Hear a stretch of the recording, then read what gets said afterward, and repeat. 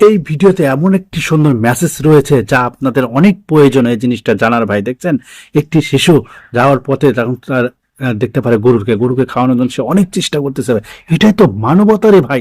দেখছেন সে না খাওয়াতে পেরে সে চেষ্টা করতেছে কিভাবে তাকে কি খাওয়া যায়, কারণ ঘাসটা ছিল অনেক ছোট, ডালটা, এজন্য সে হাতও পাচ্ছে না। শেষ পর্যন্ত আমরা দেখি এই ছেলেটার জেদ কিন্তু সে পূর্ণ করবে, সে গরুকে কিন্তু খাওয়াবে, তার এটা ইচ্ছা। সে কিন্তু একটা পথ শিশু ভাই, তার মন দয়া যদি এত বড় হয়ে থাকে, আর আমরা অনেকে থেকেও আমরা পারি না ভাই। দেখছেন পশুর প্রতি তার কত ভালোবাসাও বেড়ে গিয়েছে। দেখেন শেষ পর্যন্ত কি হয়, সে একটি গাছ থেকে পাতা নিয়ে এসে রাস্তা থেকে তারপরে সে আর গরুর কাছে নিয়ে আসতেছে, গরুকে খাওয়াবে।